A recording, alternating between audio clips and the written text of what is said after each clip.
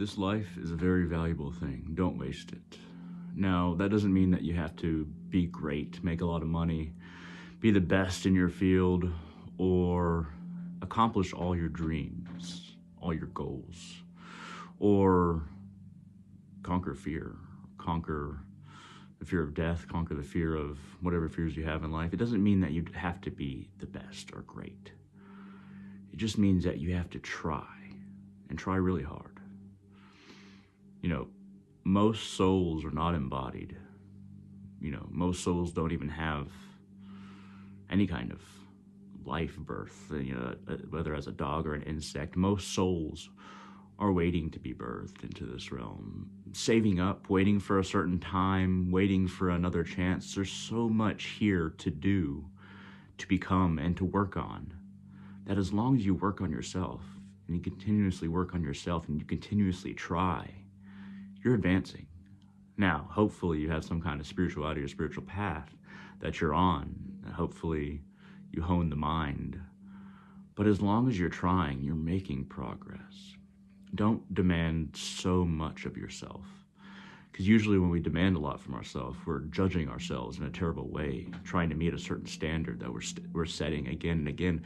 And we end up spending life dissatisfied. It's okay to be okay and not good. Okay can be good, if that makes sense.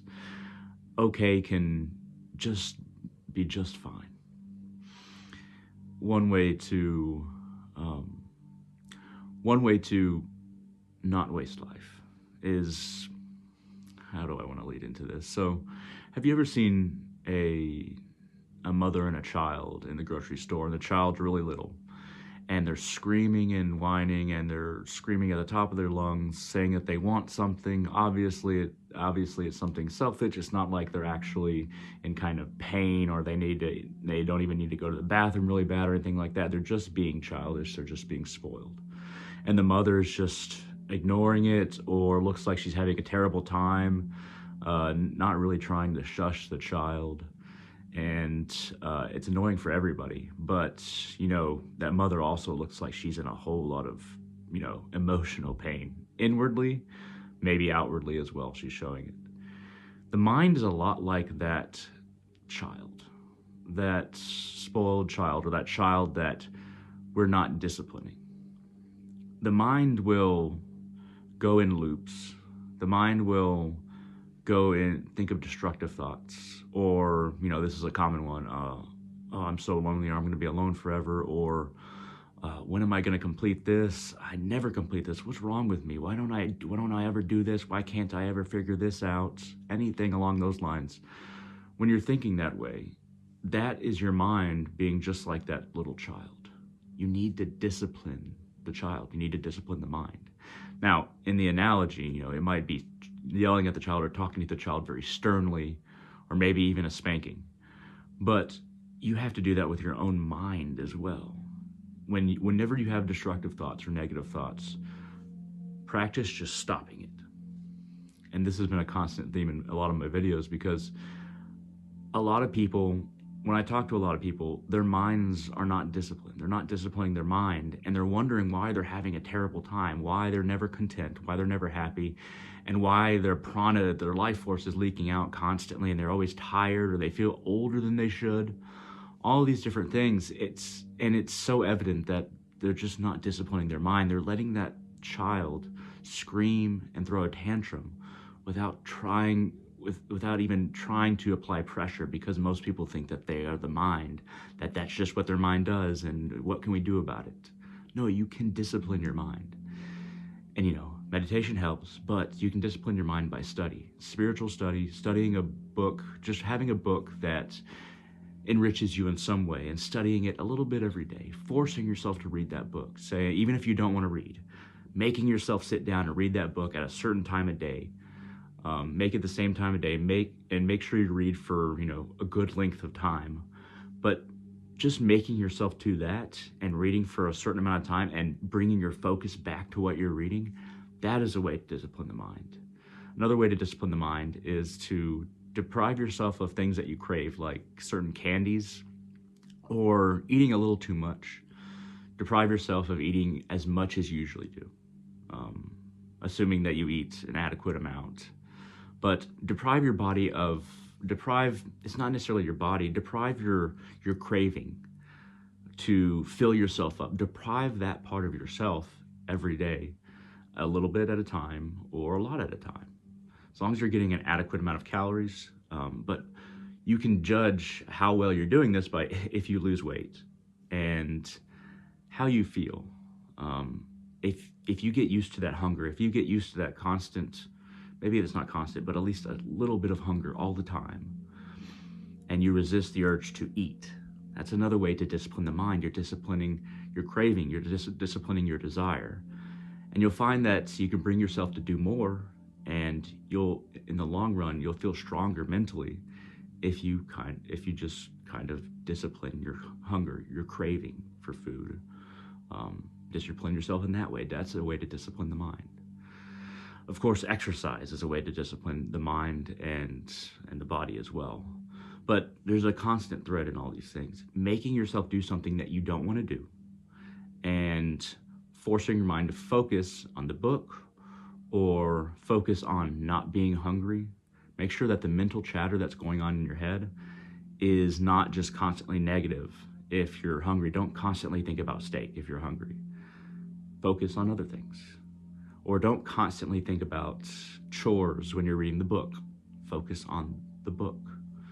Do not focus where the mind wants to focus. Focus in a productive way.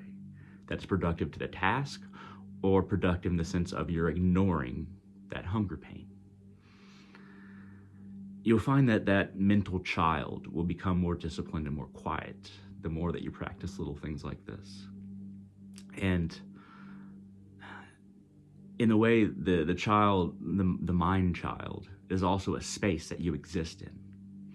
And it's almost like there's tapestries on the walls, and there's various paintings, or there's various TV screens. And what's going on can be very loud, and there can be a whole bunch of different TV screens with different programs on. The more that you discipline the mind, you'll find that more of the programs are the same program, and the volume goes down.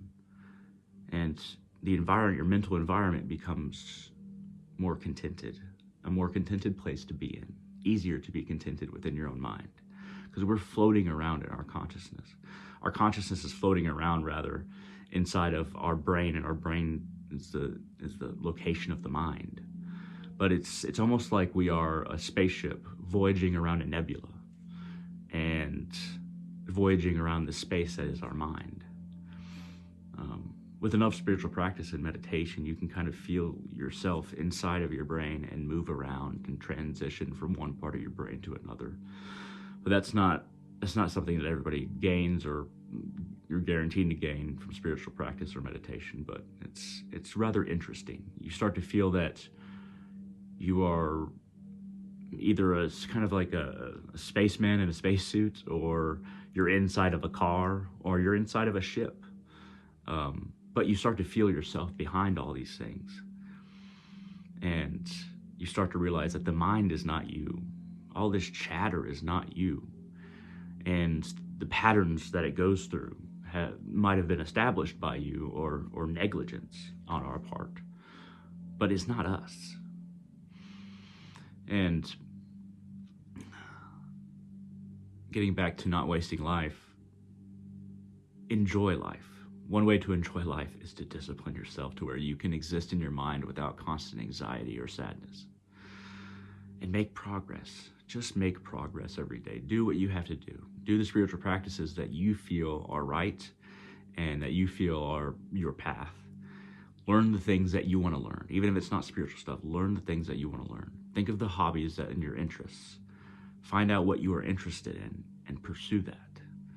It can be a little bit every day, or it can be a grander macro goal like a career or some kind of education or some kind of spiritual title even in some spiritual organization. Whatever it is, work towards it. And never forget that all the things that you're interested in, all the things that aren't part of craving or hunger or alcohol, cigarettes, or drugs or anything like that, your true interests, that shows you where your path should be. And you might go down a path of interest like photography. You might go down that path for a while and realize, oh, it wasn't necessarily photography, it was nature. Or, oh, it wasn't necessarily photography, it's about focusing on the little things. Your path will blossom, and you'll get closer and closer to figure out who you are and what you're meant to do. Don't be afraid. Do not waste life. Discipline the mind, and create a more content space within and without for yourself. Because this life is short, but as long as you're making progress, you're not wasting life. Don't think you have to accomplish everything. Don't think that you have to achieve everything. Don't think that you are any less because of people looking down on you or not achieving the goals that other people set for you. There's a whole bunch of little steps in this life, and we just gotta do one after the other. As much as we can, as many as we can, as fast as we can, but also enjoy the ride. Realize that just being okay is okay. You don't have to be perfect. You don't have to be good. You can be okay. At any rate, thank you very much for watching. I hope this was interesting. I do apologize for not making as many videos. My schedule has been much busier with school and work, but I hope that these little videos provide little bits of guidance or comfort in your life. At any rate, like this video, it really helps out the channel. Feel free to leave a comment and feel free to share this wherever you like. At any rate, thank you very much for watching, and hope all of you have a wonderful day.